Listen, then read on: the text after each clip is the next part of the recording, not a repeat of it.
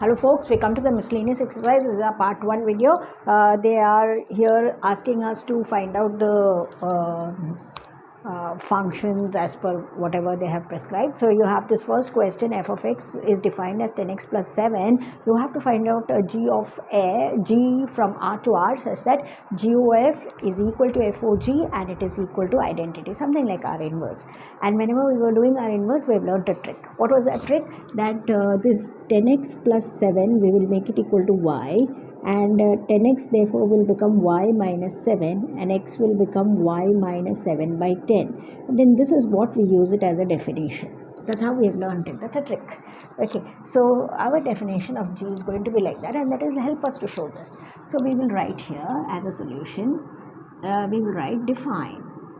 Yeah, it's our liberty to define whatever we want. So define g from r to r such that how did we define, how are we going to define g of x? G of x is x minus 7 by 10. How we got it? We got it from this definition, right? Now we will, for this definition, let us consider the g of f. Consider the g of f at x. That means it is g of f of x. That means it is g of 10x plus 7. Now g of anything is that thing minus 7 divided by 10. So you get x, right? Therefore g of f at x is x. Then we check the FOG and see how it is coming. And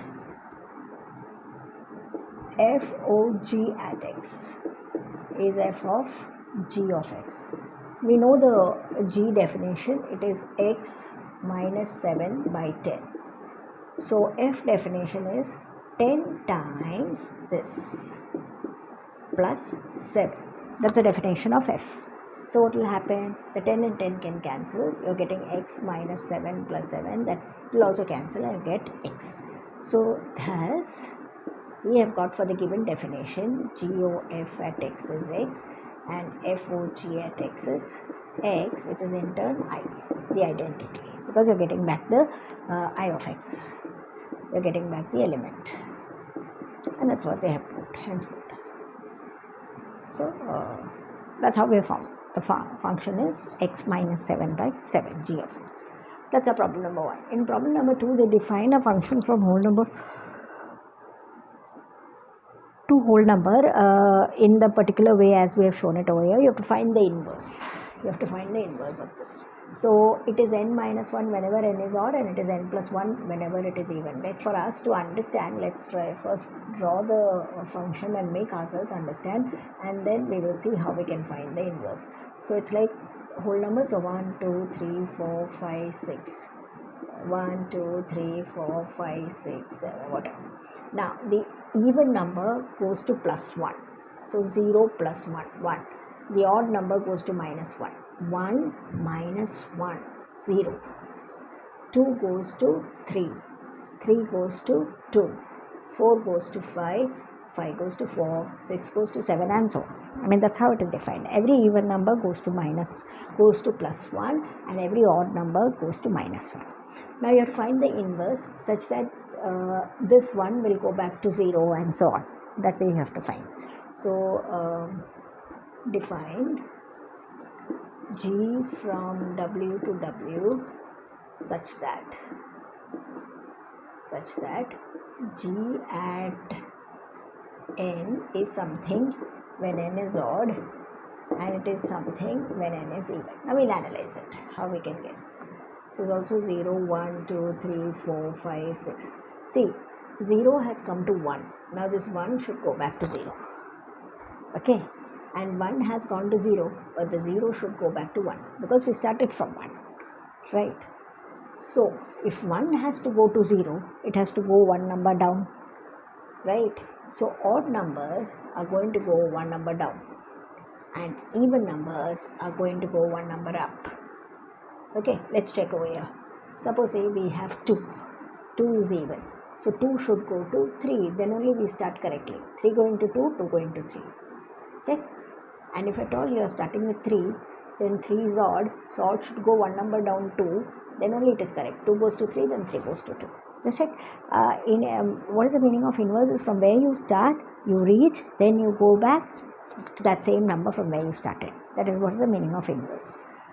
Okay, so same way, that is how it is applied.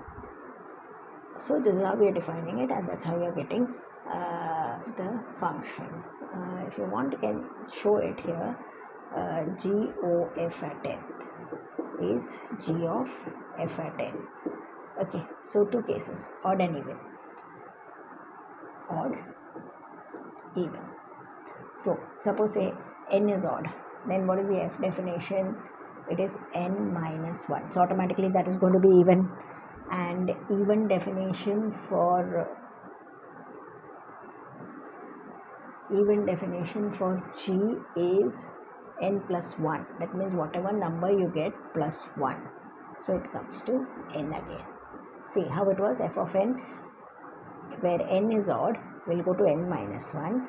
So obviously because n was odd, it will be n minus 1 will be even. So you have to look out for the definition of G where it is even. And for even definition, whatever is the thing here, you should add 1. So here it was n minus 1, to that we added 1. So finally it has come to n. Now in the case where n is even, it goes to n plus 1. So G of n plus 1. Now G of n plus 1 means it's even. So for even things it will go to you had taken up n as even, so n plus 1 is going to be odd. For odd things it will go to minus 1. So that is n. So G of f has come to n again. Now consider f of g at n. F at g at n. Again, odd, even. When n is odd, when n is even. Suppose if n is odd, then it will come to n minus 1, which is even. And even value will come to plus 1.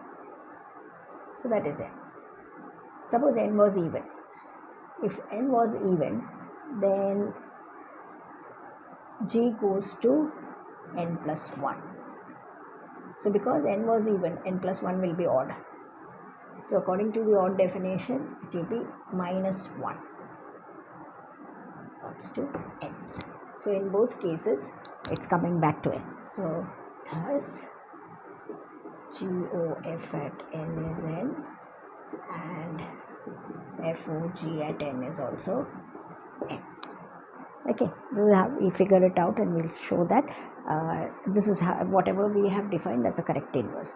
Therefore, G is f inverse. Okay, they have asked us what is the inverse, and that is going to be our f inverse. Few more problems are there that we'll be taking it up in the next video. Thank you.